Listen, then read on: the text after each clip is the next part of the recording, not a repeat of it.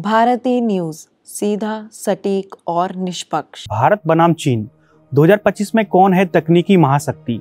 दोनों देशों ने तकनीकी क्षेत्र में अभूतपूर्व प्रगति की है, लेकिन क्या भारत चीन को चुनौती दे पा रहा है? नमस्कार दोस्तों, मैं हूं मोनू सिंह राजौत और आप देख रहे हैं टेक वार्ता। आज के इस वीडियो में हम भारत बनाम चीन 2025 में कौन है तकनीकी महाशक्ति विषय पर चर्चा करेंगे।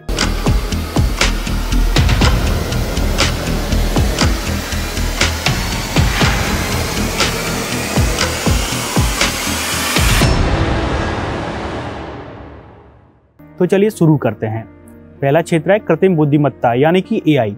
भारत का एआई बाजार 2027 तक $5.1 बिलियन तक पहुंचने की उम्मीद है, जो 2023 से 31.5% की वार्षिक वृद्धि दर दर्शाता है। यह आंकड़ा इंटेल और इंटरनेशनल डेटा कॉर्पोरेशन यानी कि आईडीसी द्वारा संयुक्त रूप से प्रकाशित एक रिपोर्ट में प्रस्तुत किया गया है। भारत में एआई निवेश की प्रमुख बातें, जैसे एआई सॉफ्टवेयर में प्रमुख वृद्धि। एआई सॉफ्टवेयर क्षेत्र 2027 तक $2.6 बिलियन तक पहुंचने की संभावना है, जो कुल एआई खर्च का एक महत्वपूर्ण हिस्सा है। अब हम एआई इंफ्रास्ट्रक्चर पर निवेश की बात करते हैं। एआई अवसंरचना में निवेश 2027 तक $733 मिलियन तक पहुंचने का अनुमान है, जिसमें सर्वर, चिप्स और अन्य आवश्यक हार्डवेयर शामिल हैं। अब हम प्रमुख क्षेत्रों में निवेश की बात करते हैं, जैसे बैंकिंग, वित्तीय सेवाएं और बीमा, निर्माण, स्वास्थ्य, दूरसंचार और खुदरा जैसे क्षेत्रों में एआई निवेश सबसे अधिक है। अब हम सरकारी पहल की बात करते हैं। भारत सरकार ने फाइनेंशियल ईयर 2024-25 में कृषि, स्वास्थ्य और सतत शहरों पर केंद्रित 3 एआई उत्कृष्टता केंद्र स्थापित करने के लिए $30.7 मिलियन आवंटित किए हैं। यह रिपोर्ट दर्शाती है कि भारत में एआई तकनीक का तेजी से प्रसार हो रहा है और आने वाले वर्षों में यह विभिन्न उद्योगों में महत्वपूर्ण परिवर्तन लाने की संभावना है। तो हम दूसरी क्षेत्र की बात करते हैं, 5G नेटवर्क। भारत ने 2024 के अंत तक 5G नेटवर्क के मामले में एक महत्वपूर्ण मील का पत्थर हासिल किया है।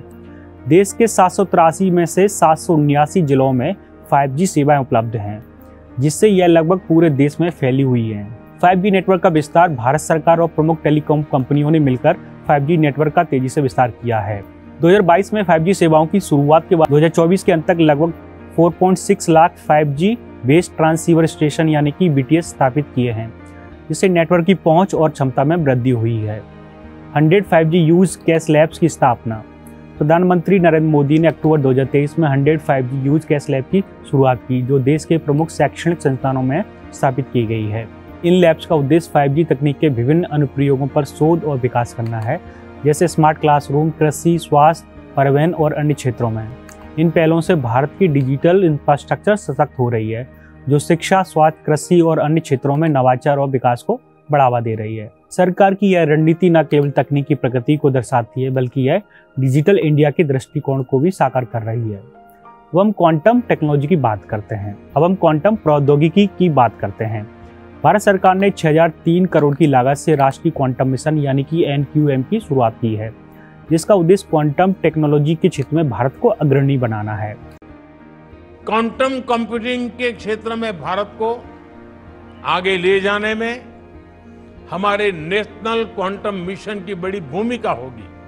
At the core of this endeavor lies the National Quantum Mission, steered by the Department of Science and Technology. यह मिशन 2023 से 2031 तक चलेगा और इसमें क्वांटम कंप्यूटिंग, क्वांटम संचार, क्वांटम सेंसिंग और मेट्रोलॉजी और क्वांटम सामग्री और उपकरण जैसे प्रमुख क्षेत्रों पर ध्यान केंद्रित किया जाएगा। इसरो का योगदान की बात करते हैं। सुरक्षित संचार के लिए क्वांटम कुंजी वितरण यानी कि QKD, भारतीय अंतरिक्ष अनुसंधान संगठन इसरो इस मिशन के तहत क्वांटम कुंजी वितरण उपग्रहों का विकास कर रहा है, जो सुरक्षित संचार प्रदान करेंगे। QKD तकनीक पारंपरिक इंक्रिप्शन से कहीं अधिक सुरक्षित है, क्योंकि यह क्वांटम यांत्रिकी के सिद्धांतों पर आधारित है, जिससे डेटा चोरी या हैकिंग की संभावना लगभग समाप्त हो जाती है। 5G नेटवर्क और QKD का संयोजन। भारत में 5G नेटवर्क के विस्तार के साथ QKD तकनीक का संयोजन संचार सुरक्षा को और भी मजबूत करेगा। उदाहरण के लिए इसरो ने 300 मीटर की दूरी पर QKD तकनीक का सफल परीक्षण किया है, जिसमें लाइव वीडियो कॉन्फ्रेंसिंग भी शामिल थी। मिशन का वैश्विक महत्व। यह मिशन भारत को अमेरिका, चीन, फ्रांस, कनाडा, फिनलैंड और ऑस्ट्रिया जैसे देशों के साथ क्वांटम टेक्नोलॉजी के क्षेत्र में अग्रणी देशों की सूची में शामिल करेगा।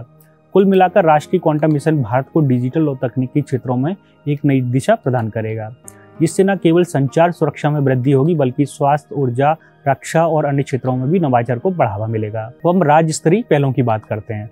आंध्र प्रदेश ने क्वांटम वैली की स्थापना की योजना बनाई है, जिसमें 4000 करोड़ का निवेश किया जाएगा। इस पहल का उद्देश्य राज्य को क्वांटम तकनीकी और कृत्रिम बुद्धिमत्ता में राष्ट्रीय नेता बनाना है। तो हम अंतर्राष्ट्रीय सहयोग की बात करते हैं।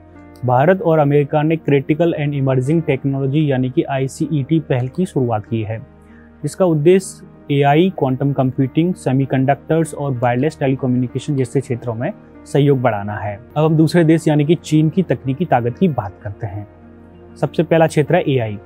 स्टैटिस्टा की एक रिपोर्ट के अनुसार चीन का AI बाजार 2025 में 46.53 बिलियन डॉलर तक पहुंचने की उम्मीद है, जो वैश्विक स्तर पर सबसे बड़ा है। चीन ने AI के क्षेत्र में अभूतपूर्व निवेश किया है, जिससे वह वैश्विक AI नेतृत्व में अग्रणी बना है। दूसरा क्षेत्र है 5G नेटवर्क। चीन ने 2024 के अंत तक 4.19 मिलियन 5G बेस स्टेशन स्थापित किए हैं और 2024 में 4.5 मिलियन से अधिक 5G बेस स्टेशन स्थापित करने की योजना बनाई है। तीसरा क्षेत्र है क्वांटम टेक्नोलॉजी। चीन ने क्वांटम टेक्नोलॉजी में 15.3 बिलियन डॉलर का निवेश किया है, जो भारत के निवेश से कहीं अधिक है। चीन ने क्वांटम कंप्यूटिंग, संचार और सेंसर टेक्नोलॉजी में महत्वपूर्ण प्रगति की है, जिससे वह वैश्विक क्वांटम नेतृत्व में अग्रणी बना है। चौथा क्षेत्र है सरकारी निवेश। चीन ने हाल ही में 138 बिलियन डॉलर का सरकारी समर्थित वेंचर फंड लॉन्च किया है, जिसमें क्वांटम स्टार्टअप्स को भी शामिल किया गया है। यह निवेश चीन की तकनीकी विकास की प्रतिबद्धता को दर्शाता है। पांचवा क्षेत्र है वैश्विक सहयोग। चीन ने वैश्विक स्तर पर सीमित सहयोग की नीति अपनाई है, जिससे उसकी क्वांटम टेक्नोलॉजी में प्रगति प्रभावित हो सकती है। हालांकि उसने कुछ महत्वपूर्ण परियोजनाओं में सफलता प्राप्त की है, जैसे कि 1200 मील लंबी बीजिंग संघाई क्वांटम कुंजी वितरण नेटवर्क। तो निष्कर्ष के तौर पर हम कह सकते हैं दोनों देशों की अपनी अपनी ताकतें हैं। भारत ने तकनीकी क्षेत्र में तेजी से प्रगति की है, जबकि चीन ने पहले से ही वैश्विक नेतृत्व स्थापित किया है।